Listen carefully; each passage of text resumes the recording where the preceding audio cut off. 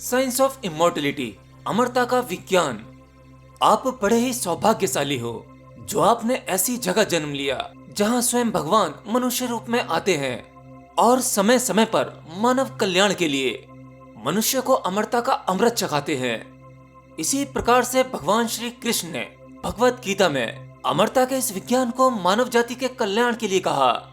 तो मेरी इस बात को सुनने वाली सभी दिव्य आत्माओं, आज मैं भगवान श्री कृष्ण के इस ज्ञान को आपके समक्ष रखना चाहता हूँ। तो इस वीडियो को प्रेम तथा ध्यान पूर्वक सुने, क्योंकि भगवान द्वारा दिए गए इस ज्ञान को अगर आप समझ पाए तो आप जीवन के सभी भय से मुक्त हो जाएंगे और सबसे बड़ा भय यानी मृत्यु का भय, आप उससे भी मुक्त हो जाएंगे। जिस प्रकार मनुष्य पुराने वस्त्र त्याग कर नए वस्त्र धारण करता है और नए वस्त्र धारण करते समय वह उल्लास और खुशी से भर जाता है, ठीक उसी प्रकार से आत्मा, जब उस आत्मा के लायक ये शरीर नहीं बचता, उस आत्मा की आध्यात्मिक विकास की जो यात्रा है, जब उसके लिए यह शरीर एक उपयुक्त साधन नहीं बचता, आत्मा तो गति करना चाहती है। आत्मा निरंतर शरीर बदलती रहती है, केवल इसलिए कि शायद कोई शरीर ऐसा मिल जाए जो उसे मुक्ति के द्वार तक ले जा सके। परंतु जब यह शरीर उस आत्मा के लायक नहीं बचता, तब उस आत्मा को वो पुराना शरीर छोड़कर नया शरीर धारण करना पड़ता है। याद रखना, मृत्यु कोई भय देने वाली चीज नहीं है। मृत्यु तो जीवन के विकास की यात्रा है। जिस प्रकार आप अपनी मंजिल तक पहुंचने के लिए ट्रेन में जाते हो और फिर एक तो वाहन और बदलते हो, वाहन बदलते बदलते आप अपनी मंजिल तक पहुंच जाते हो, ठीक उसी प्रकार से मृत्यु भी केवल वाहन बदलना है। भगवान श्री कृष्ण कहते हैं, नैनम छिद्दन्ति शस्त्राणि नैनम दहति पावकः न चैनम क्लेन्त्यन्तापो न शोचति मारुतः। अर्थात शस्त्र इस आत्मा का भेदन नहीं कर सकते, वे इसे काट नहीं सकते, आग इसे जला नहीं सकती, वायु इसे सुखा नहीं सकती और जल इसे गीला नहीं कर सकता। इस भौतिक जगत में ऐसा कोई साधन नहीं बना जो तुम्हें नष्ट कर दे। परंतु मृत्यु का नाम सुनते ही लोगों के मन में भय भर जाता है। ऐसा आखिर क्यों होता है? हम लोग मृत्यु से क्यों डरते हैं? और क्या कोई ऐसा भी रास्ता है जो अमरता का पथ हो, जो आपको अमरता तक पहुंचा सके? भगवान श्री कृष्ण ने भगवत गीता में अमरता के कई मार्ग बताए, लेकिन ज्यादातर लोग भगवत गीता को केवल एक पुस्तक मानते हैं। हाँ, ज्यादा से ज्यादा एक अच्छी और धार्मिक पुस्तक, लेकिन वो नहीं जानते ये पृथ्वी पर मौजूद एक अनमोल खजाना है। परंतु यह भी सत्य है, अगर कोई व्यक्ति भगवत गीता पढ़ता है तो मात्र उसे पढ़ने से आपको उस खजाने की प्राप्ति नहीं होगी। पुस्तक में तो केवल शब्द हैं, पुस्तक बेजान है, परंतु उसमें लिखे शब्द अनमोल हैं, बशर्ते उन शब्दों को, भगवान की कई बातों को अपने जीवन में उतार सको। देखिए, अगर आप आध्यात्मिक मार्ग पर चल रहे हैं तो पृथ्वी पर मौजूद कोई भी पुस्तक आपको परम ज्ञान नहीं दे सकती, परंतु परम ज्ञान पाने में सहायता जरूर कर सकती है। तो जो व्यक्ति योग ध्यान का अभ्यास करता है तो धीरे धीरे हमारी लाइफ एनर्जी हमारे नर्वस सिस्टम की ओर चलना शुरू करती है। योग की भाषा में आप कह सकते हो, यह ऊर्जा पहले ईड़ा पिंगला की ओर गति करती है और फिर उसके बाद सुषुम्ना नाड़ी की ओर। तो ध्यान और योग के अभ्यास से जैसे जैसे आपकी प्राण ऊर्जा अंदर की ओर मूव करती है, वैसे वैसे आपकी बॉडी रिलैक्स होने लगती है, आपका मन भी शांत होने लगता है। तो जैसे जैसे आपका मन शांत होता चला जाएगा, वैसे वैसे आपका शरीर भी और रिलैक्स होता चला जाएगा। इस प्रकार से धीरे धीरे आपके शरीर का बोध कम होने लगता है और धीरे धीरे मन से भी दूरी होने लगती है। देखिए, आप में से जो भी साधक ध्यान करते हैं और आप में से जो भी गहरे ध्यान में उतर पाया है, तो वो जानता है ध्यान की यात्रा में एक समय ऐसा आता है जब व्यक्ति नो बॉडी और नो माइंड की स्टेज में होता है। तो ये वही अवस्था होती है जब व्यक्ति की प्राण ऊर्जा उसके भीतर गति करती है और अंदर और अंदर और अंदर वह गति करते करते भीतर चली जाती है। जैसे जैसे आप जितना भीतर जाते जाएंगे, वैसे वैसे आपका बाहरी बोध कम होता चला जाएगा, जिसमें कि ये सबसे पहले भौतिक जगत आता है, फिर आपका शरीर आता है, उसके बाद आपका मन। आप ध्यान की गहराइयों में इनके पार निकलते चले जाते हो, इनका बोध कम होता चला जाता है। ये बिल्कुल उसी तरह से होता है जैसे मान लीजिए आपका फोकस किसी एक जगह पर लग जाए, उसके बाद आप बाकी चीजें भूल जाते हो। तो यहाँ पर भी कुछ ऐसा ही होता है। जब आप अपने भीतर जाते हो तब वह आपकी आत्मा की दिशा है। तो जैसे जैसे आप आत्मा के बोध में डूबने लगोगे, वैसे वैसे आपकी बॉडी और माइंड अवेयरनेस कम होती चली जाएगी।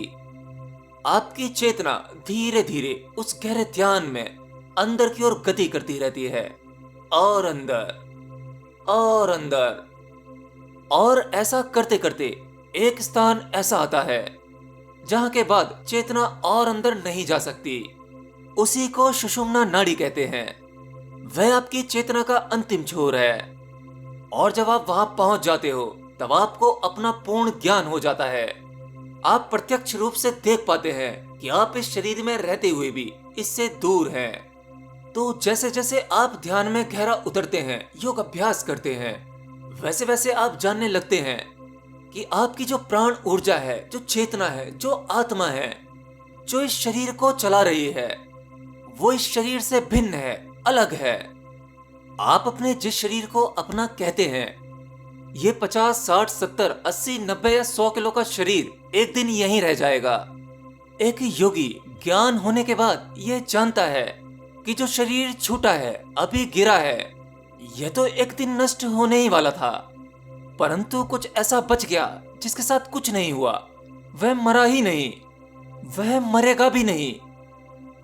शायद आपको पता होगा कि योगी, साधु, सन्यासी या कोई परम ज्ञान को उपलब्ध व्यक्ति, उसके शरीर में जब कुछ गड़बड़ होती है, जैसे रामकृष्ण परमहंस, उन्हें गले का कैंसर था और उनकी मृत्यु भी उसी वजह से हुई थी।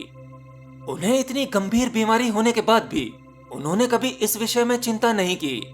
ऐसे व्यक्ति को शरीर में जब भी कुछ कष्ट होता है तो पीड़ा तो उनको भी होती होगी, क्योंकि शरीर तो अपना कार्य अपने सिद्धांतों के हिसाब से करेगा।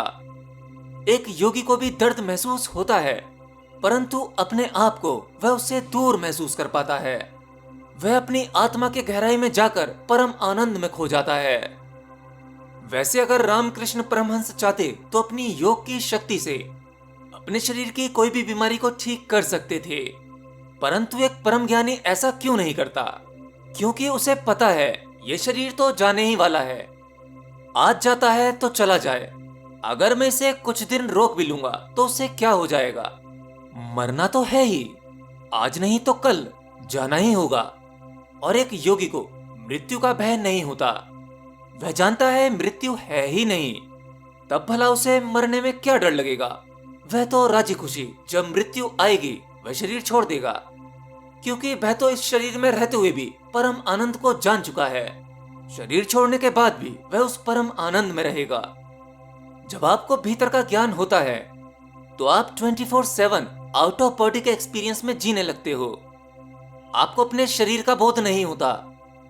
कुछ कुछ उसी तरह से जैसे आप जब सोते हो और सोने के बाद जब आपका प्रवेश स्वप्न के जगत में होता है, आप सपने देख रहे होते हो, तब भी आपको इस शरीर का और इस भौतिक जगत का बोध नहीं होता। बताइए, जब आप गहरी नींद में होते हो, सपने देखते हो, तब आपको क्या चिंता होती है कि आप मरोगे, एक दिन मरने ही वाले हो? क्या आपको मौत का भय होता है? नहीं, क्योंकि नींद की गहराई के उस समय आपको अपने शरीर का पता ही नहीं होता कि है या नहीं है। तो एक योगी की समाधि और स्वप्न में एक छोटा सा ही फर्क है। नींद में जब आपकी नींद पूरी हो जाएगी तब आपका स्वप्न खत्म हो जाएगा, और समाधि में आप अपने भीतर की यात्रा में प्रवेश करते हो, उस परमात्मा के जगत में प्रवेश करते हो, परम आनंद में होते हो। अवेयर होके जब तक चाहो वहां डूबे रहो, जब चाहो बाहर आ जाओ। नींद में आपकी अवेयरनेस नहीं होती। अगर आप नींद को समझ पाओ तो आप बहुत कुछ समझ सकते हो। अपनी नींद को ऑब्जर्व करना सीखो। ये आपको ज्ञान समाधि की भी झलकियां दे सकती है, ये आपको मृत्यु की भी झलकियां दे सकती है। एक योगी, एक साधक के लिए नींद को समझना बहुत आवश्यक है। कोई भी योगी जब अपना शरीर छोड़ता है तो वह अनकॉन्शियस नहीं होता, वह पूर्णतः होश में होता है। लेकिन एक साधारण व्यक्ति जब शरीर छोड़ता है तो वह अपनी चेतना को खो देता है, वह बेहोश होता है। और एक दूसरा फर्क, जब एक साधारण व्यक्ति मरता है, वह अपना शरीर छोड़ता है, तब वह दुखी होता है, भयभीत होता है, इसीलिए उसे बेहोश होना पड़ता है। परंतु जब एक योगी शरीर छोड़ता है तो वह आनंदमय होता है, क्योंकि वह देख पाता है कि वह ये जो शरीर छोड़ रहा है, इसके बाद उसे दिव्य शरीर दिखाई देता है, वह दिव्यता की ओर गति करता है। तब उसे दुखी होना चाहिए या खुश होना चाहिए, आप बताइए। इसीलिए मैं आप सबसे कहता रहता हूँ कि ध्यान करते रहो, हो सके तो हर एक पल कॉन्शियस रहने की कोशिश करो, नींद को कॉन्शियसली देखो। अगर आप अपनी मृत्यु के समय होश में रह पाए तो अगला जन्म भी आपका होश पूर्वक होगा। वह जन्म एक दिव्य पुरुष का होगा, एक योगी का होगा।